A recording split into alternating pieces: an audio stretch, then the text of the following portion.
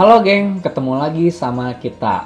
Oke, dalam kesempatan hari ini, jadi aku mau sharing ya tentang strategi marketing yang kita ketahui. Sebetulnya tidak terlalu spesifik ya, tidak menggambarkan langkah-langkahnya itu seperti apa, jadi lebih ke teori. Karena takutnya kalau kita kasih info juga ke teman-teman, ya implementasi yang sudah kita lakukan dalam marketing ini takutnya membatasi teman-teman untuk seperti itu. Padahal marketing itu improvisasinya sangat besar, sangat luas, dan tidak terbatas. Jadi hari ini aku mau mengenalin istilah-istilah yang mudah-mudahan bisa jadi informasi buat teman-teman semua.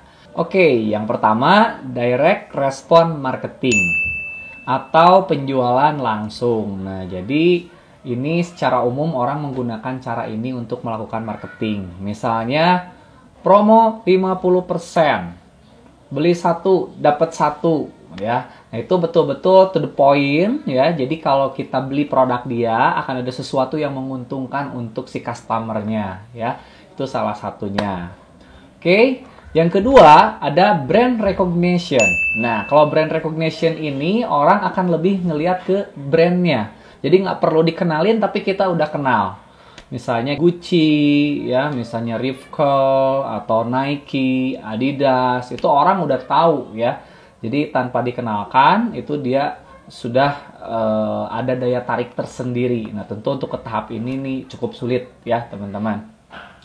Yang ketiga, ada yang disebut dengan customer feedback. Nah, hati-hati ya, kalau kita melakukan promo, feedbacknya itu bisa plus, bisa minus ya. Kadang-kadang ada yang terlalu over sehingga promosinya itu bukan menarik tapi malah kok ini promo terus ya, kok ngeganggu ya, kok kayaknya nggak laku gitu ya, atau seperti apa. Nah, itu hati-hati teman-teman. Jadi kalau melakukan promosi, timingnya harus jelas, harus konsisten, harus komitmen juga terhadap promosi itu. Jangan sampai promo dari tanggal 1 sampai tanggal 10 ya, tiba-tiba promo diperpanjang jadi tanggal 20, tiba-tiba Februarinya promo hanya 3 hari, tidak lama dari itu promo lagi gitu ya. Nah, itu sudah tidak akan ada nilai jual lagi buat teman-teman untuk para pengikut nanti teman-teman di sosmed ataupun yang tahu tentang hal itu. Jadi hati-hati dalam melakukan promosi, harus pas ya timingnya. Harus ada momen-momen tertentu.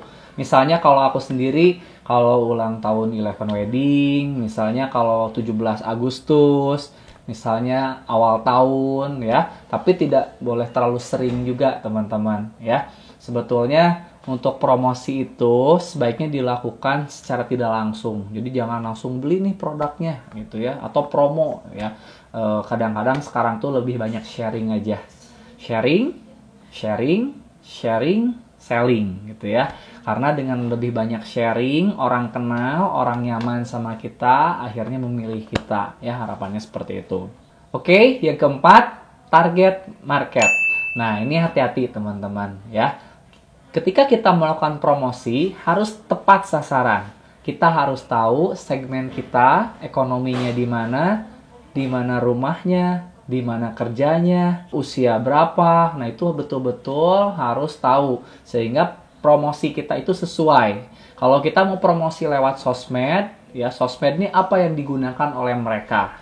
Kalau kita mau flyering, ya itu kemana? Di mana posisi mereka? Itu juga harus tepat karena dengan seperti itu promosi yang kita lakukan akan lebih efektif dan menyentuh objektifnya. Next, entry barriers new market. Nah, ini hati-hati teman-teman. Kadang-kadang kita terburu-buru untuk mengembangkan usaha kita. Misalnya kita punya satu brand, kemudian tiba-tiba kepikiran untuk bikin brand lain. Ya, misalnya, oh saya punya WO, saya pengen bikin dekorasi. Wah, saya pengen bikin catering misalnya ya. Apakah itu baik? Yes, good. Itu baik, itu bagus banget.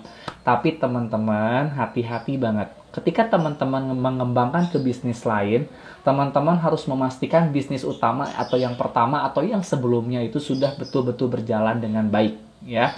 Jadi, teman-teman harus memastikan dulu bahwa brand utama atau yang pertama teman-teman ini jalankan, ini sudah berjalan dengan baik. Setelah itu, baru teman-teman bisa menambah yang lainnya. begitu seterusnya. Karena kalau tidak, justru brand yang kedua ini akan membelenggu atau menghambat bisnis teman-teman yang pertama. Karena fokus teman-teman itu nanti akan lebih banyak. Ya, jadi itu hati-hati banget. Oke, nah ini yang terakhir. Ada lagi yang disebut dengan opportunity lost because no action. Ya, nah jadi jangan banyak mikir intinya teman-teman. Ini kira-kira bisa jalan nggak ya? Sukses nggak ya? Mau nggak ya? Tawarin jangan ya? Nah, itu terlalu banyak pertimbangan, itu juga tidak baik, teman-teman, ya. Karena sekarang ini tuh yang cepat akan mengalahkan yang lambat. Ya, walaupun kita punya quality yang baik, kita punya produk yang baik, ya. Kalau kita telat, ya, misalnya kita menawarkan sesuatu wedding package ke pengantin, tiba-tiba pengantinnya udah ambil paket ke orang lain. Itu juga jadi percuma, ya. Jadi memang harus benar-benar cepat, jangan terlalu banyak pertimbangan, teman-teman. Jangan ragu-ragu, kadang-kadang emang sih kalau ke pengantin follow up jangan ya, atau biarin aja kalau dia mau nanti juga akan menghubungi kita gitu. Realitinya tiba-tiba udah nggak sama kita, tiba-tiba udah sama yang lain ya.